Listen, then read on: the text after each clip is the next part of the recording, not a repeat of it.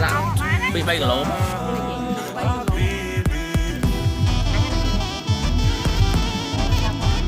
một thằng bán nó thằng bán mấy mấy chợ đó tôi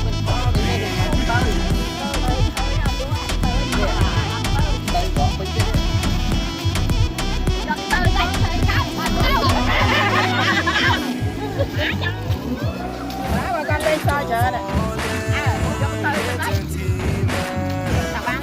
mà làm cái nhom mà con ra con đi bữa đó bán pi lô nữa đâu ấy còn